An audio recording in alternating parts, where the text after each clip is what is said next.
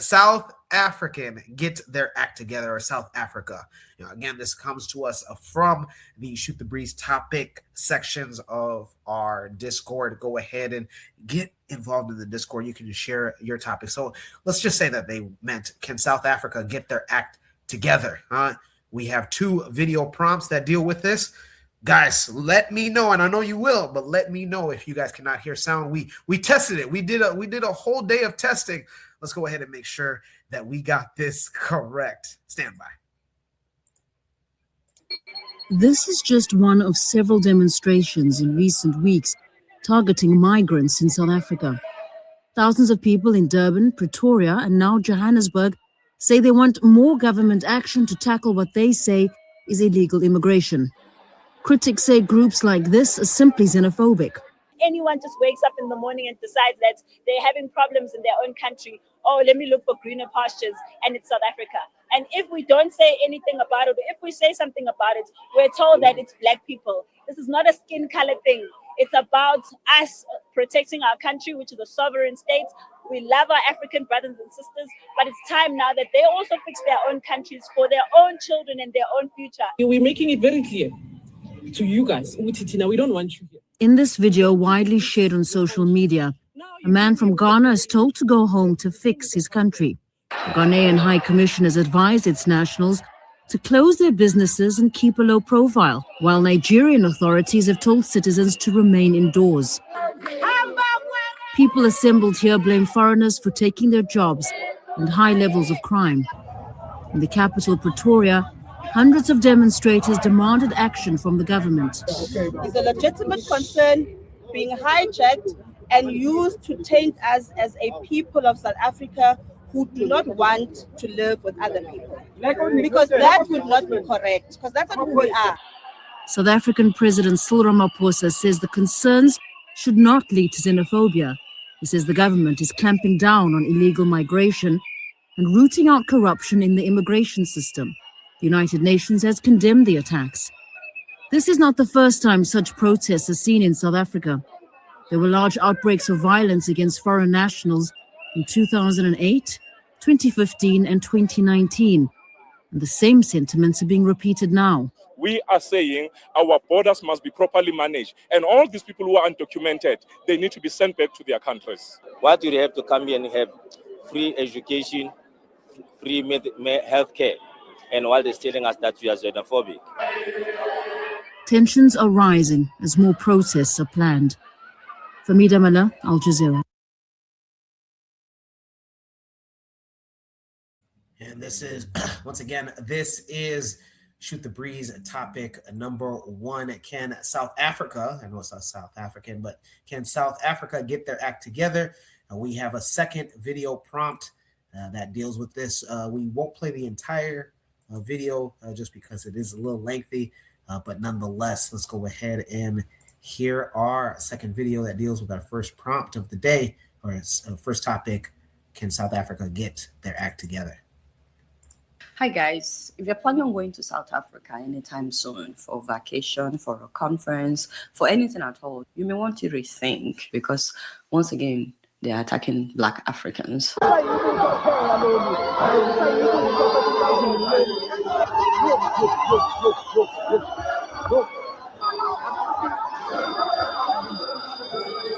And I like to say up front that not all South Africans are xenophobic. Not all South Africans hate other Black immigrants. But many of them still believe that Black immigrants are the cause of their problem. And you know the worst part? This isn't new. This happens almost every year now.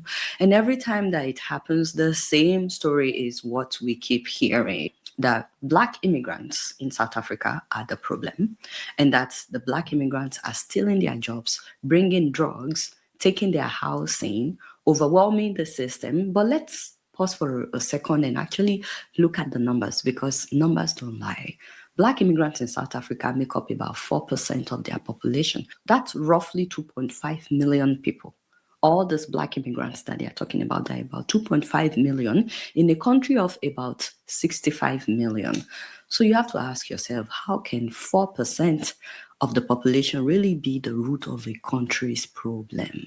How can 4% be the ones taking your housing? Or is there something else going on? Because while some South Africans are busy blaming Black immigrants, very few people are talking about power. You know, in South Africa, white people make up about 7.3% of their population. That's roughly 4.5 million people. So white people are only about 7.3%, but they own about 72% of the land. Let that sink in. A small minority, 7.3%, controls the overwhelming majority of the land. This is not an attack on white people in South Africa. I'm just saying that this is a blatant inequality that they are supposed to address with the white people that they are refusing to address, because land isn't just dirt. Land is wealth. Land is opportunity. Land is power. Whoever controls the land controls food supply. Whoever controls the land controls the country. So the real question isn't why are immigrants here? The real question should be who actually has control in South Africa and who doesn't. Because, you know, when people are struggling, when jobs are scarce and the system keeps failing, it's easy to point at the most vulnerable and say this is the cause of our problem. It's easy to blame the outsider, but that doesn't fix anything. It just redirects the anger away from the real issue. And real issue is Space 44 super agents. Careful, there's no going back. No setup. Just say hello. the system is built on inequality that has never truly been dismantled. Meanwhile, let's talk about what is actually draining South Africa. Corruption. Let's talk about corruption, because they keep saying that it's Black immigrants that are corrupting their children, bringing in drugs and so on. But let's start with the police. Your National Police Commissioner allegedly stole 360 million rand by breaking finance laws over the unlawful awarding of a healthcare contract. His name is Fanny Masimola. He even appeared in court over this 360 million rand, which is more than $21 million. How can your National Police Commissioner be stealing, but you are pointing at Black immigrants? Now, that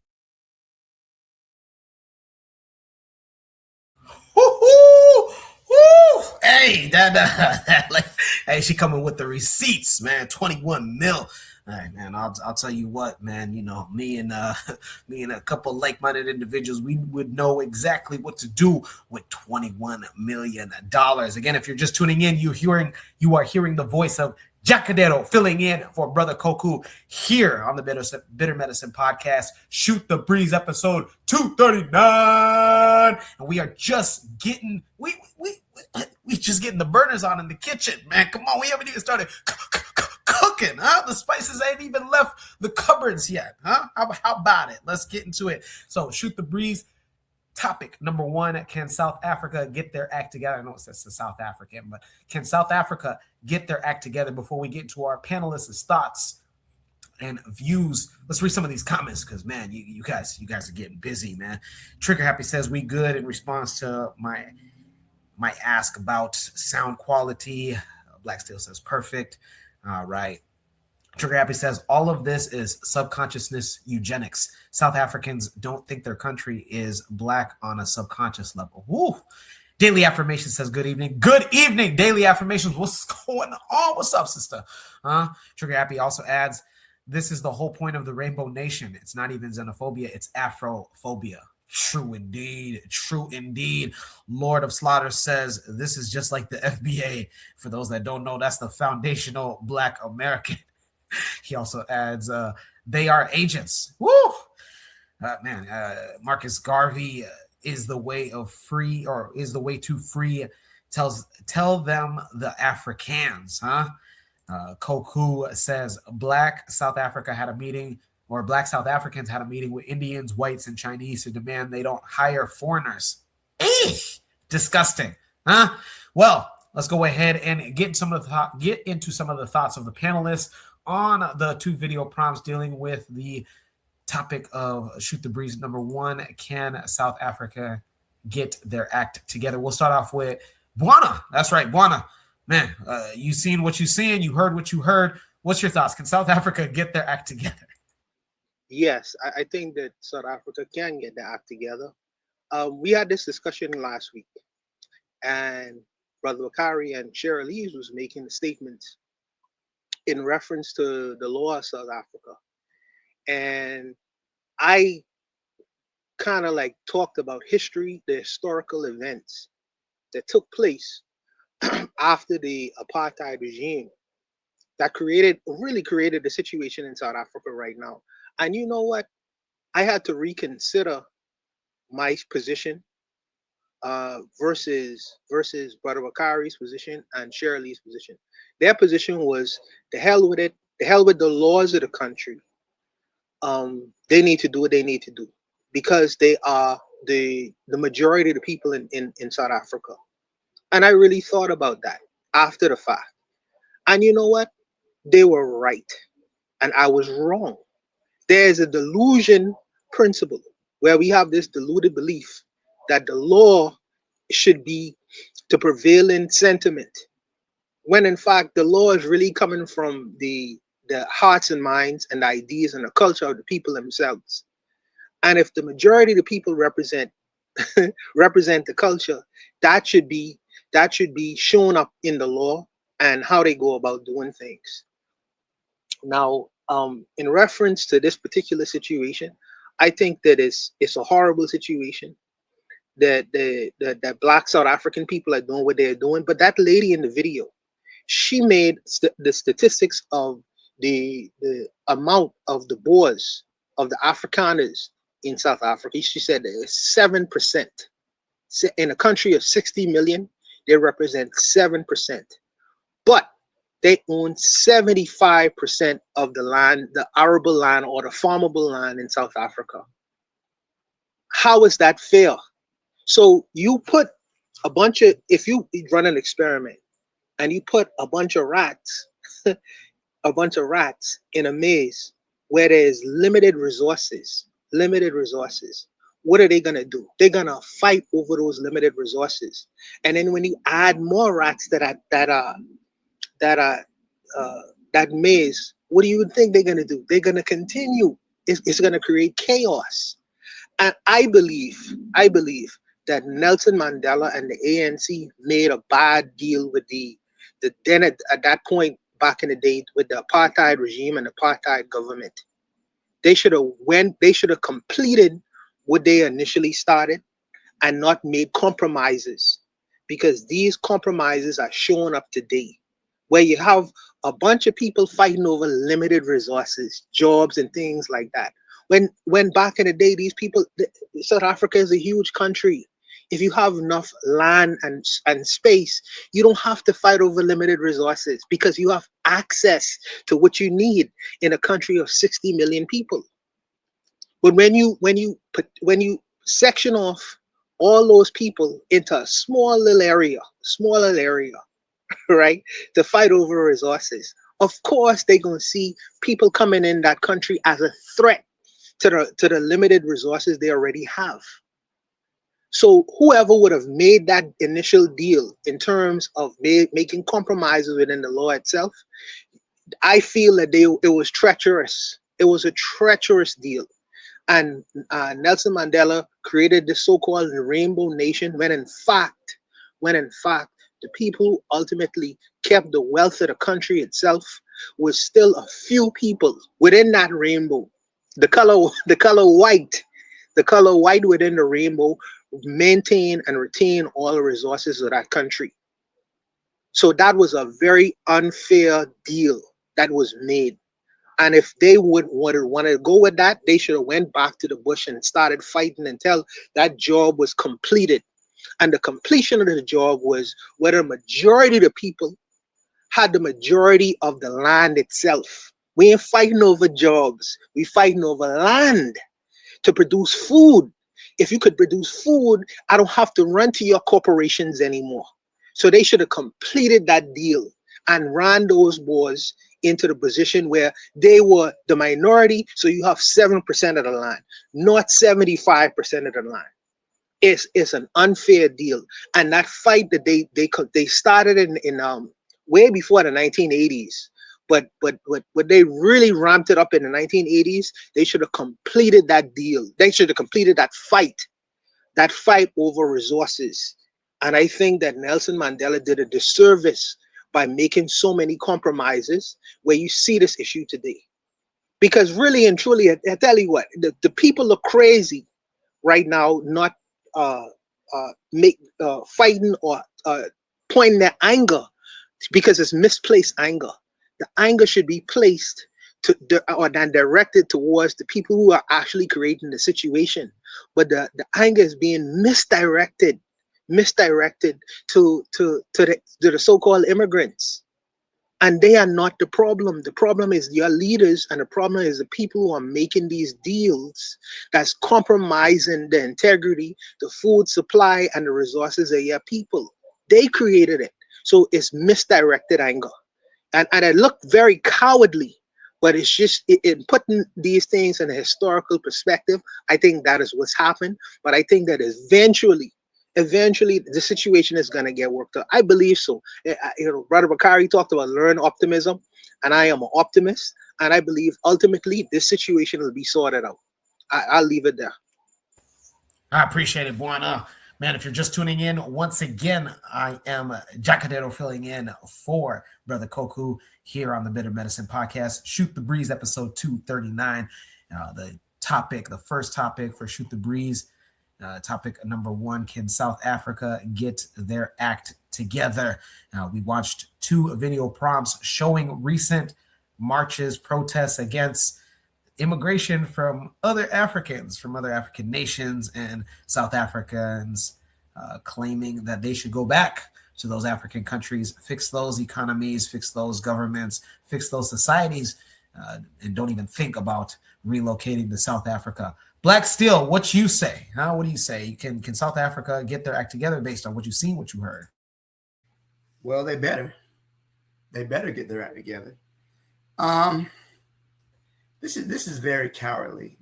This is a level of bitch assness that I had hoped to never see in my lifetime again. Robert Mugabe said, I'm paraphrasing him, that these South Africans will lynch a black man, but they won't raise their voice at a white man, right? White people, the European, the Boers, the Afrikaners, whatever you want to call them, they came in South Africa and they were legitimately doing human experiments to try to create biological weapons to kill off black people. And yet you don't ever see any smoke for them. We all know about the brutality during the apartheid era. We know about the inequality. It was so bad that, much of the world ended up boycotting South Africa. And here we are, 30 years, a little bit over 30 years later. And this is the way South Africans want to be. This is a pathological rejection of history, right? And the white minority is sitting back and they're laughing at this. And it's so sad to me that Black people, African people, still keep falling for the same tricks over and over again. It's really like looking at episode of Looney Tunes, right? Where the coyote keeps falling for the same tricks the Roadrunner's doing. And I gotta wonder, what are we doing? We are in a time of global upheaval. We are in a time of a polarity shift in the world. The old world is dying and the new world is struggling to be born. And the inappropriate behavior that some African people exhibit makes me feel as if we want to be subjugated for all time. And we can't see a way out of it. There's a period in history that in China it's called the Century of Humiliation, right?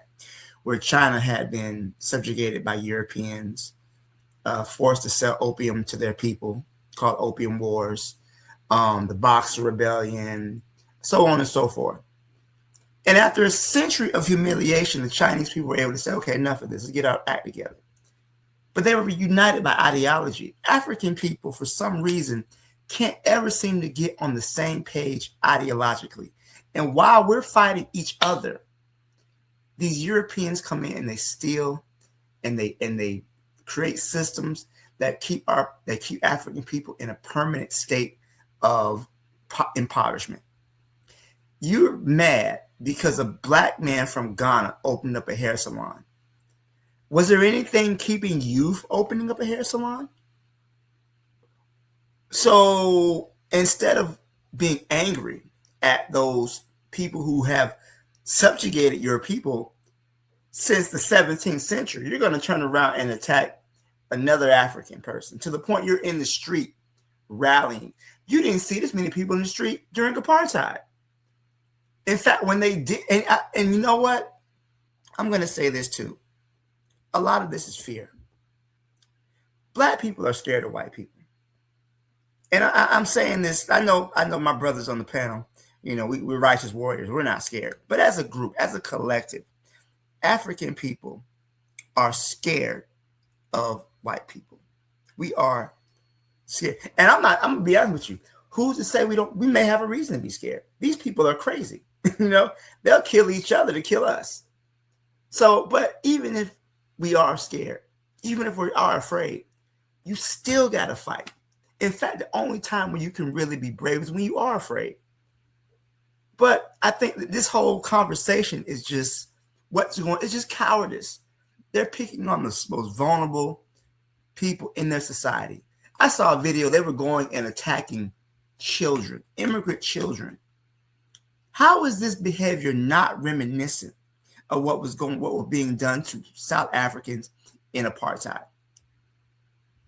They're literally replicating the same behavior towards their own African people. Mind you, the African people who made it possible for them to end apartheid.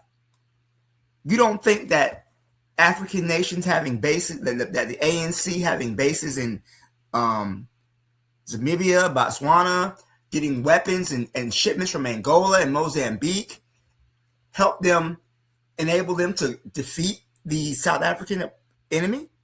But now, not even 30 years later, get out of our country. It's not your country because the white people still running stuff. So is it really your country? You're really fighting over scraps from the table. And I got to look at the government of South Africa, right? This is a law enforcement issue that is going on with South Africa. Every one of those people who is going after these immigrants should be incarcerated and charged with inciting a riot. You need to be harsh on these people. Yes, if these people are in their country legally, illegal, whatever your laws are, okay, I guess. But at the same time, legality isn't always moral. What's moral ain't legal, and what's legal ain't moral all the time. So I'm looking at this situation. I'm wondering why this is allowed to go on. And it's really making me think, what's the hand behind it? What's the invisible hand behind this? I know recently South Africa came out and they were the ones who initiated a case of genocide against Israel for their actions in Palestine. And it was South Africa who actually petitioned the International Court of Justice to begin an investigation of this. I'm not going to say the Jews did it, but I got to say this outbreak of xenophobia, and they've had outbreaks in the past, but for this outbreak to be as strong and as well organized as it is, I'm wondering if this is not payback, right? And this is kind of what those people do. They're able to cause discord and disunity in nations that cause them issues. So I'm wondering if there's a certain class element that's being petitioned to, that's being taken advantage of, and I want to hope for the better. Black people, African people, we're really late in the day, man. Like the sun is getting low right now, and for us to be engaging in this type of behavior on a regular basis, to be falling back into tribalism at a time when we need to be united, it's very sad and it's very disappointing to see that we're still on the same bullshit that got our ancestors caught up hundreds of years ago.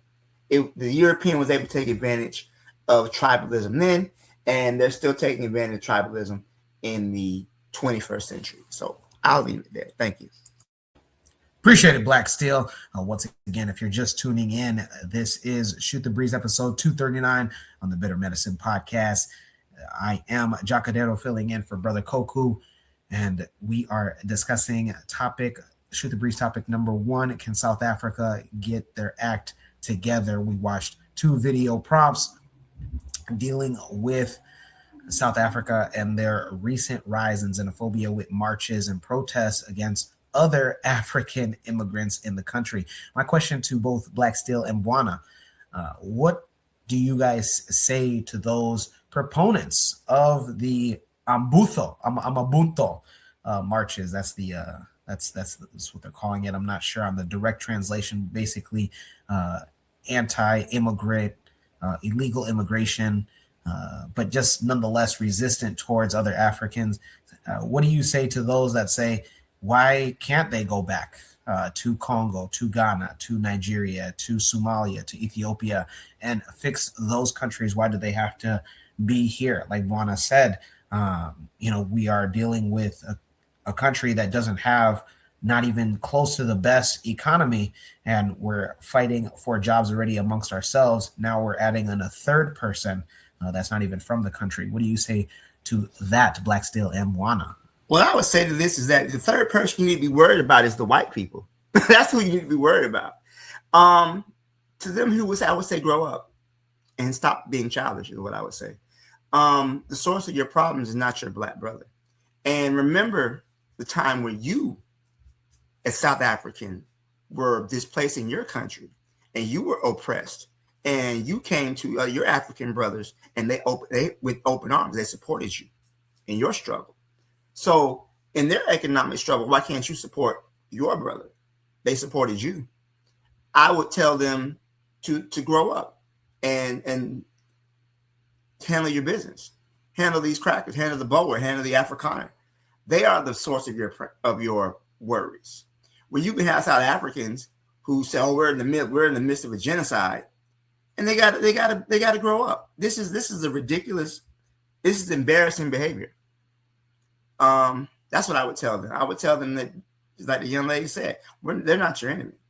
Look at the people who own 70% of the stuff in your country, and they make up not even 10%. But yet you want to talk about these African immigrants who are probably as poor as you are.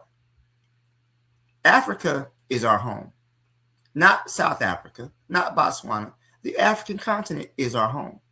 And in my home, I go in whatever room I want to go in. These borders that were created by Europeans, these laws, they have no standing. They have no place in African people. But I think part of the issue is that we can't even imagine a world where we are sovereign people and we make the rules and the regulation, the borders, and everything else like that. We can't even imagine it.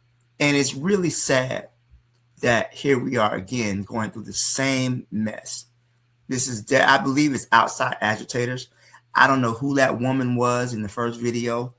She was talking, she was running her mouth a lot. Those 2 people, I don't know.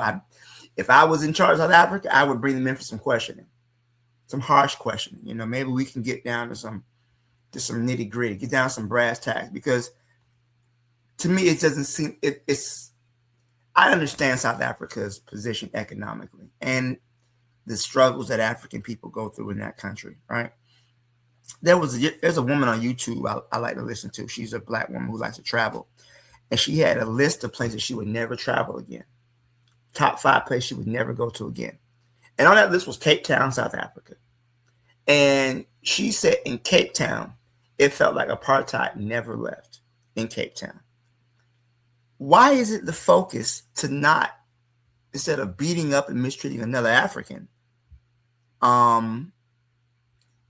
this is you go after the white people? And Trigger Happy says there's some sexual relations too. I don't doubt it. I saw that rumor where they say the South African men don't like to dine on Southern cuisine, and the other men do like to dine on Southern cuisine, if you know what I mean. And the South African women are preferring to be with foreign men. I mean, step your game up, homie. There's no guarantee. There's no guarantee that if these foreigners were around, they'd fuck you. So, I mean, Be competitive. That's all I can say. Be competitive. If that's what you're boiling down to, because it's about coochie. That's just shameful behavior. Again, shameful behavior. Yeah, Southern cuisine. Anyways, I'll stop there and let Barnes speak. But for me, me personally, Chakadel, I don't speak to miscreants and goofballs of a society. I try to my my words would be directed to power. So I'm approaching the government, and I'm trying to get them to create a law which limits the level of xenophobia. You have to use the power and the force of the government to break up certain things. You can't just give people the right to freely yell fire in a movie theater and create chaos. So you have to clamp down on that. There are always going to be, within any society that exists, you're going to see a level of jealousy. You're going to see a level of lowbrowness, egotism, a lot of different kinds of things. A man comes from another country, comes to your country, makes himself successful. When you grew up there and you've been living there forever, but you have not been able to create a lifestyle that's commiserate to this person who's come from beyond. And it's really born out of jealousy. Born out of jealousy. These people are, with their limited opportunities, was able to do so much more than you was. You see these things in the Bahamas as well. Some people come from the southern parts of the Caribbean and come to this country, and is able to charter an existence, a lifestyle that's better than the person who's been living here for all their life. So they look at them with this jaundiced view, this jealous view.